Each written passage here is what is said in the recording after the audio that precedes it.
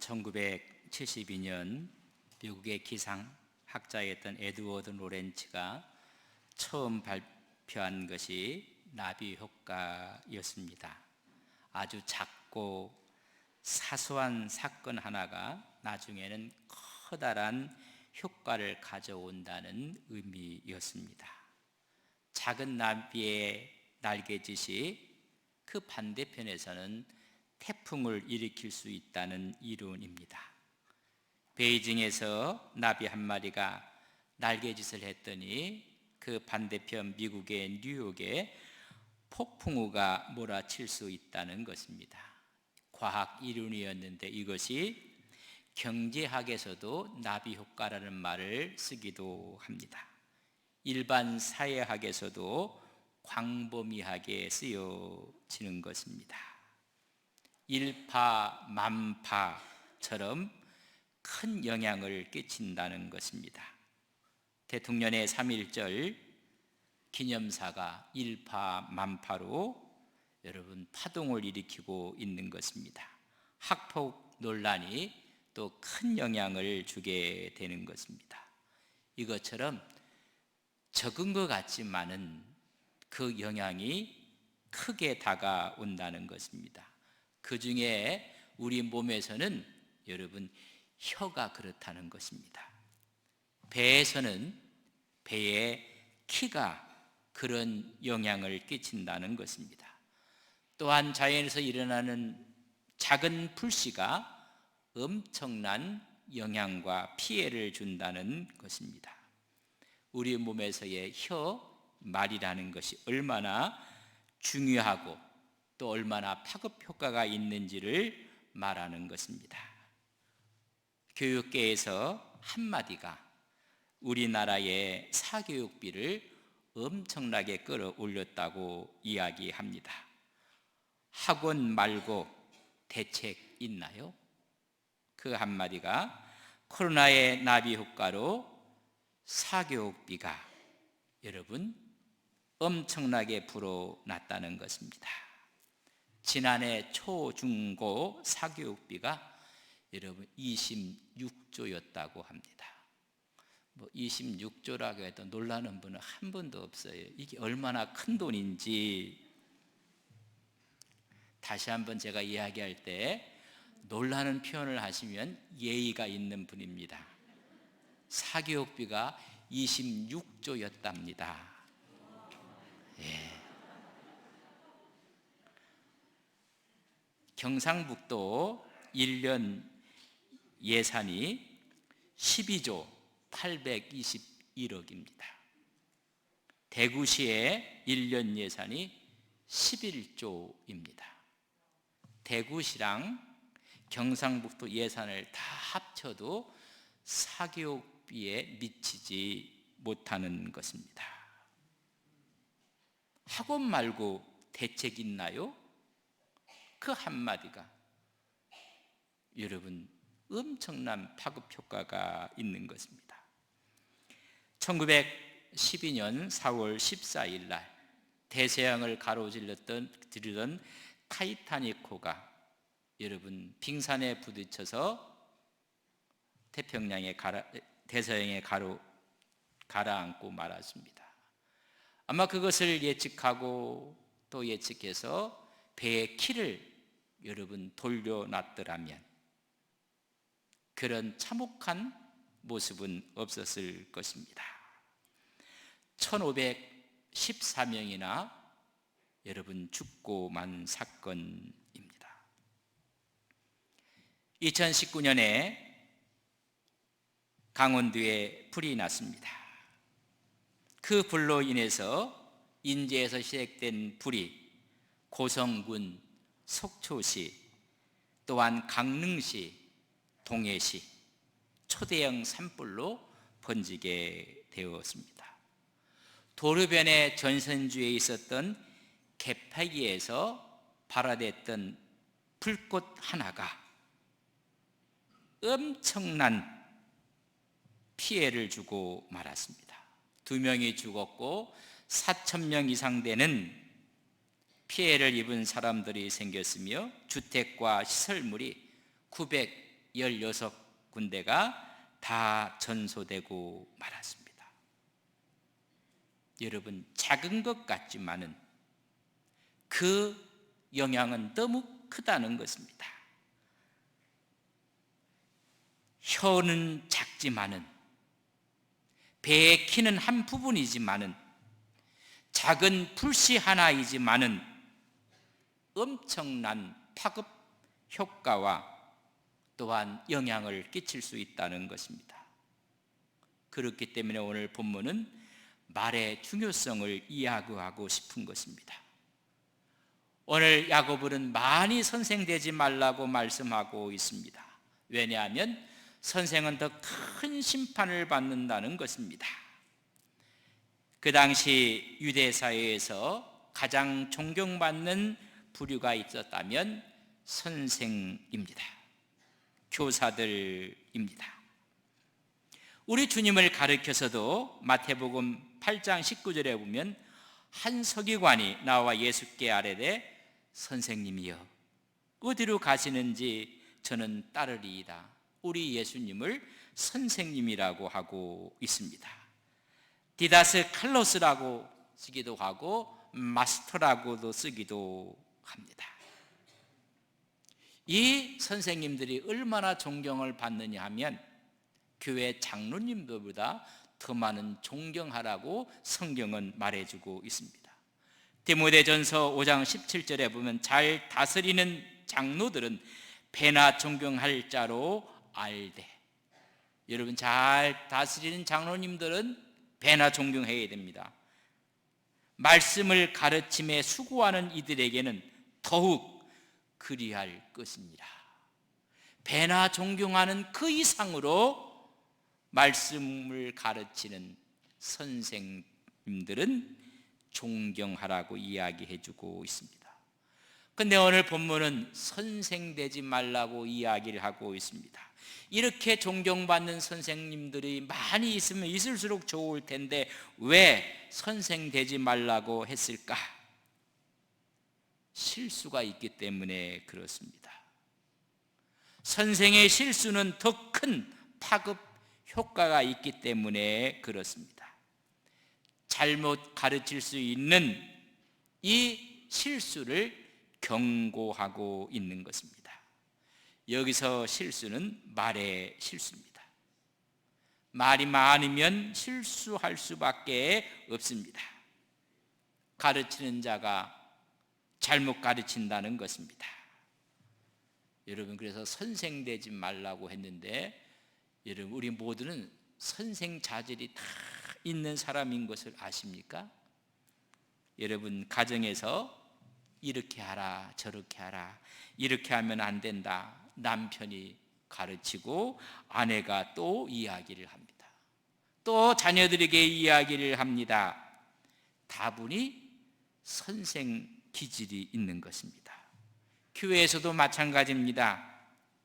교회 다니는 사람들의 이야기 가운데 우리 모두에게 속한 것입니다. 교회 다니는 사람 치고 말 못하는 사람 없다. 가보면 다 가르칩니다. 헌신은 이렇게 해야 됩니다. 봉사는 이렇게 해야 됩니다. 중직은 이렇게 해야 됩니다. 신앙생활은 이렇게 해야 됩니다. 다 가르치려고 합니다. 예수님 당시에 선생의 대명사가 누구였는가? 바리새인들이었고 여러분 서기관이었습니다. 마태복음 23장 2절에 보면 서기관들과 바리새인들이 모세의 자리에 앉았으니, 여러분 모세의 자리에서 가르치는 자리에 앉아있는 사람, 선생, 대표적인 사람이 오늘 바리새인들과 서기관들입니다. 근데 우리 주님께 이 선생들에게 준엄한 이야기를 하고 있습니다.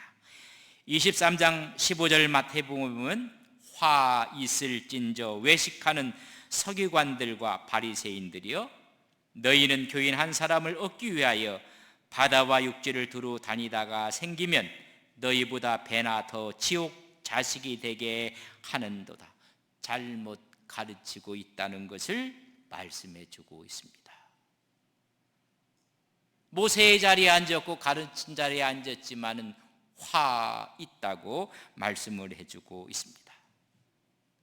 그래서 야고보 기자는 야고보 3장 1절에 보면 내 형제들아 너희는 선생된 우리가 더 큰 심판을 받는 줄 알고 선생이 많이 되지 말라라고 말씀해주고 있습니다.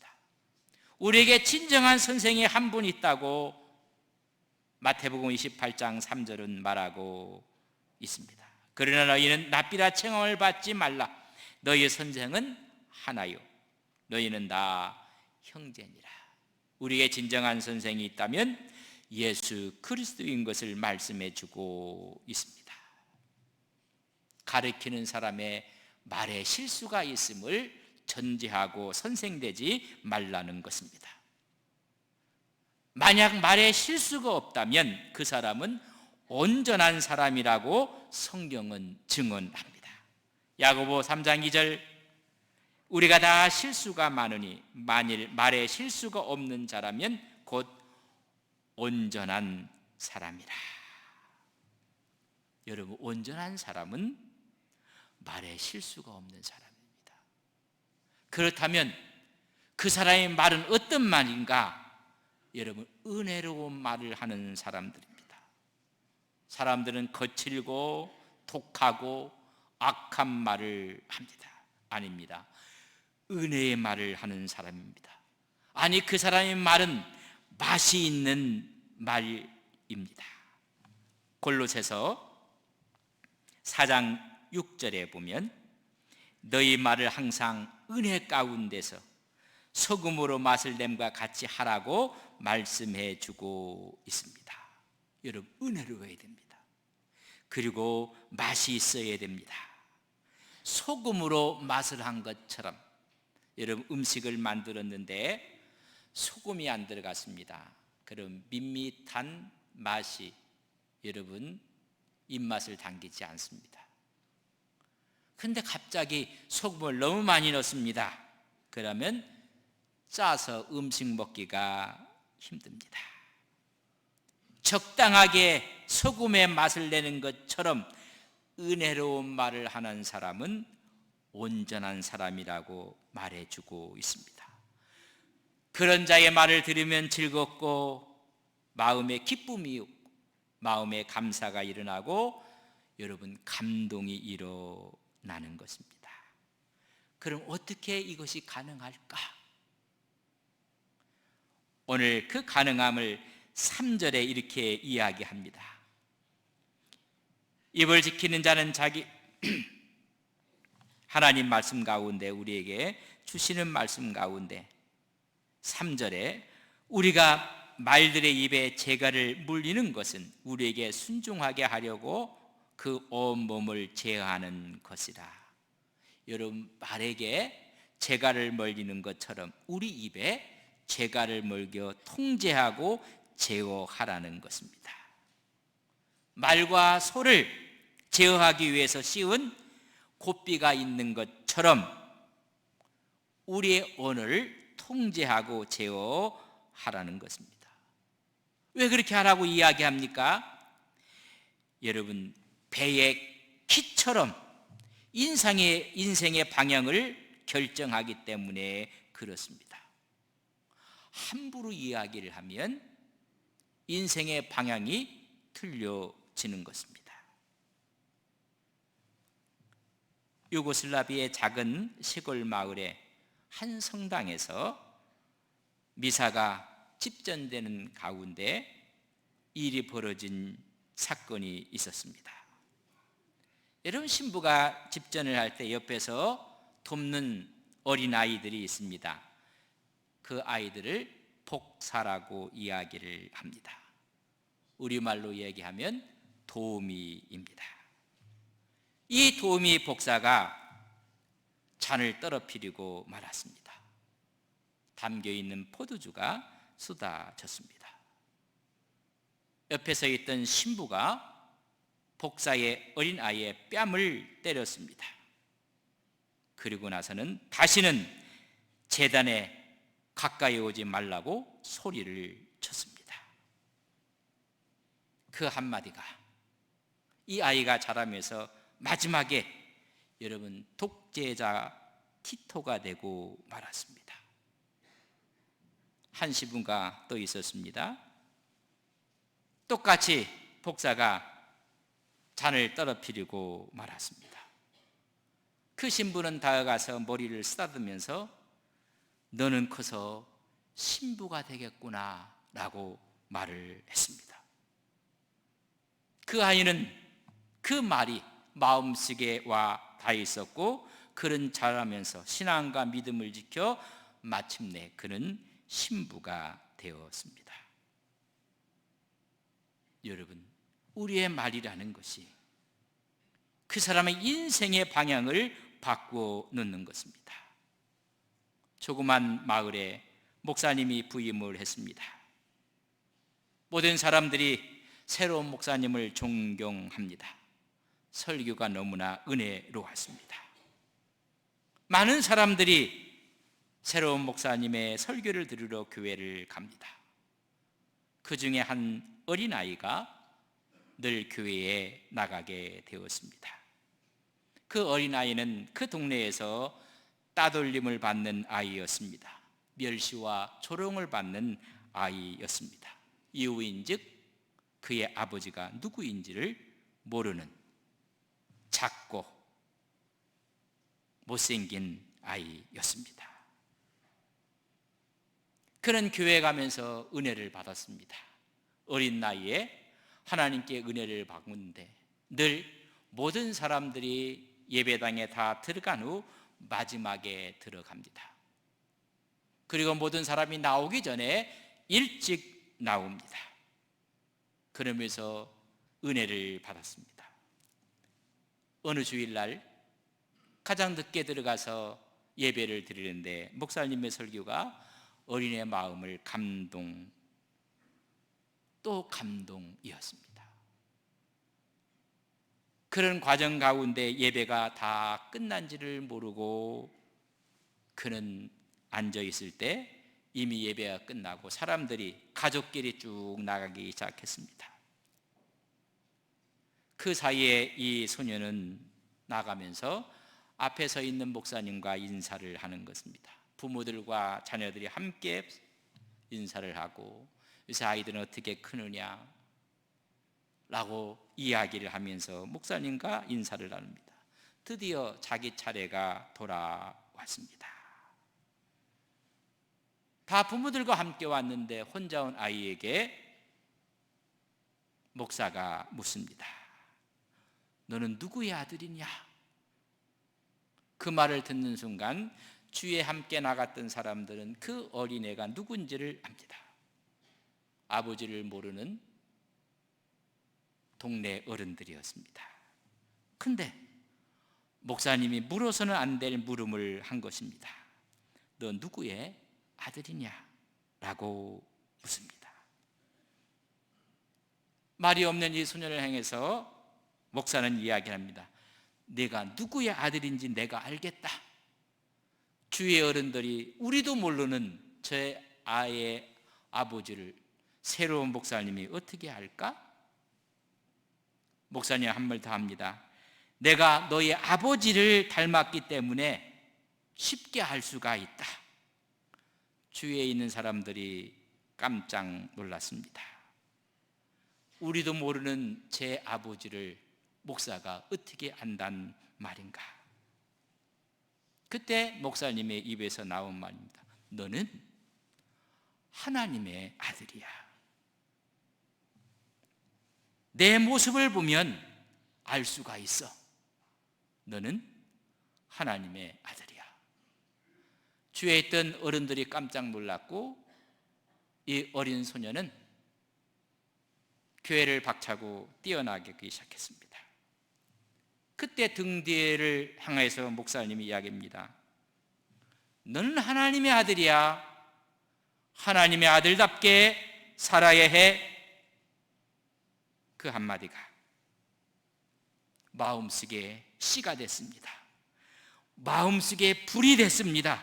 마음속에 키의 역할을 감당했습니다. 그래, 난 하나님의 사람이야. 나는 하나님의 아들이야. 믿음 가운데 그는 자랐고 열심히 노력했습니다. 이 사람이 벤 쿠퍼입니다. 미국 테네시주의 주지사였고 상원 의원을 지냈던 사람입니다. 말이라는 것은 놀라운 능력을 갖고 있습니다. 한 사람을 세우기도 하고 한 사람을 파괴시키기도 하는 것입니다.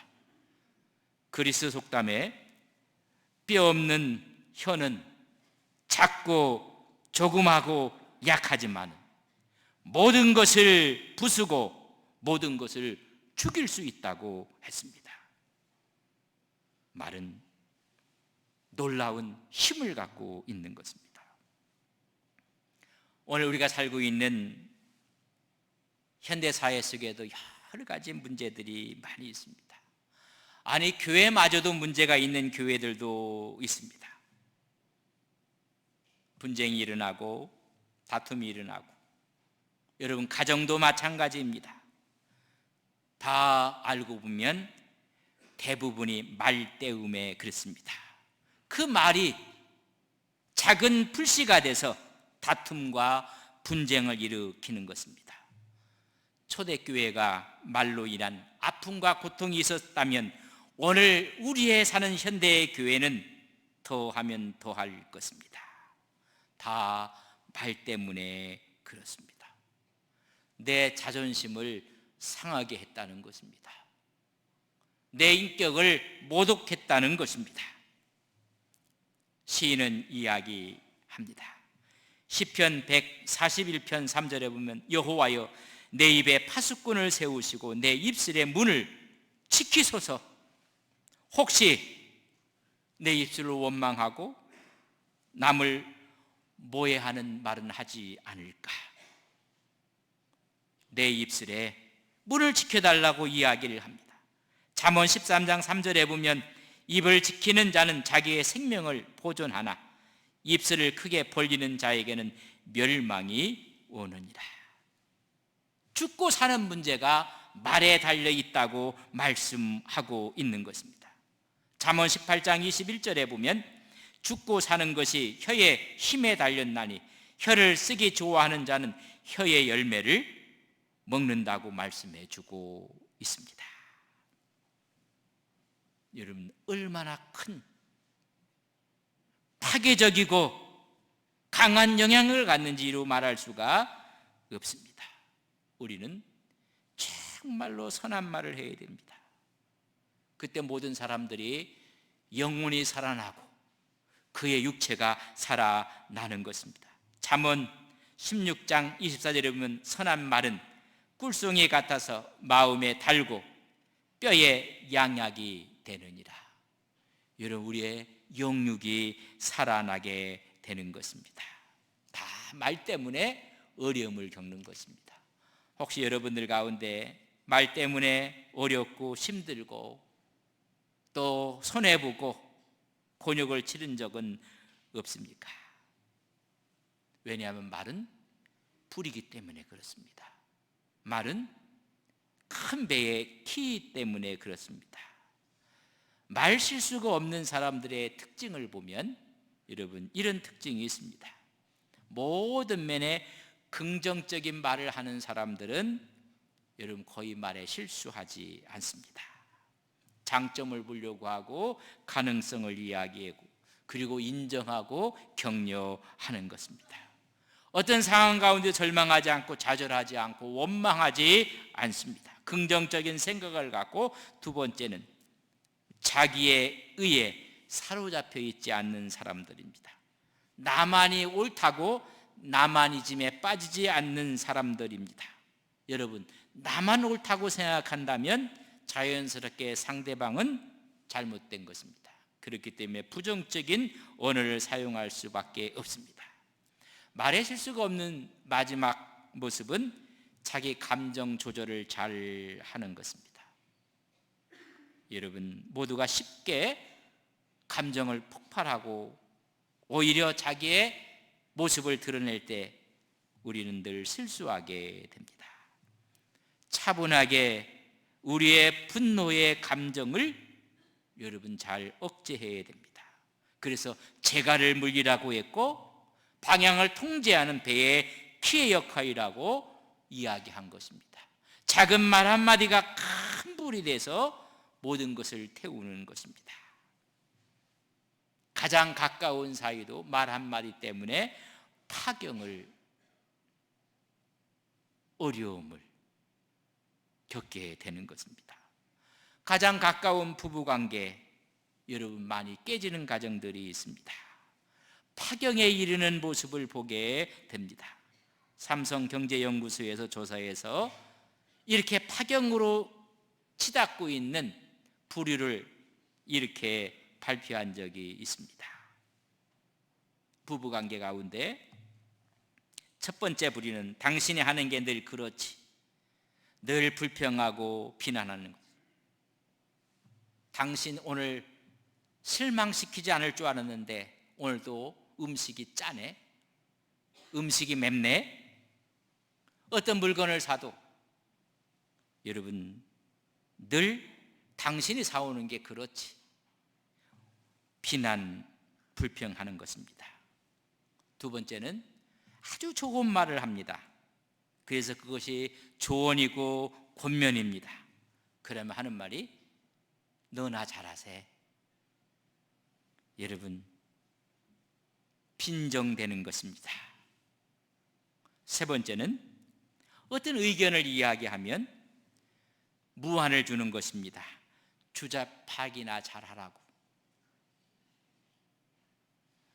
고개를 끄덕끄덕 하는 분들은 그 가정을 심층 분석을 해보셔야 됩니다. 세 번째는 아예 응답하지 않는 것입니다. 말하지 않는 것. 너는 너 말하고 나는 내 말한다. 여러분 가장 아름다운 관계가 원수의 관계로 바뀌어지는 것입니다. 말이라는 것은 내 마음밭에 뿌리는 씨와 같습니다. 아니 상대방의 마음밭에 뿌리는 씨인 것입니다. 말이 씨가 돼서 자라 열매를 맺는 것입니다. 잠언 6장 2절에 보면 내 입의 말로 내게 얽혔으며 내 입의 말로 인하여 잡히게 되었느니라. 그 말이 씨가 돼서 그 말이 이루어짐을 이야기해 주고 있습니다. 민수기 14장 28절에 보면 너희 말이 내 귀에 들린 대로 내가 너희에게 행하리라. 정탐을 하고 돌아온 10사람이 원망하고 불평하고 말을 합니다. 그 말이 무슨 말이냐면 민수기 14장 2절의 말입니다. 이스라엘 자손이 다 모세와 아론을 원망하며 온 회중이 그에게 이르되 우리가 애굽 땅에서 죽었거나 이 광야에서 죽었으면 좋았을 것을, 이 광야에서 죽기를 바란 대로 여호와 하나님께서 들은 대로 그들을 광야에서 다 죽게 만드셨습니다. 여러분 말이 바뀌면 인생이 바뀌는 것입니다. 여러분 다른 것으로 우리를 바꾸려고 노력하고 애쓰지 마시고 말로써 인생을 바꾸어 나갈 수가 있는 것입니다. 오늘 하나님께 예배하며 이 시간이 여러분 인생을 바꾸는 출발점이 되시기를 주님의 이름으로 간절히 축복합니다.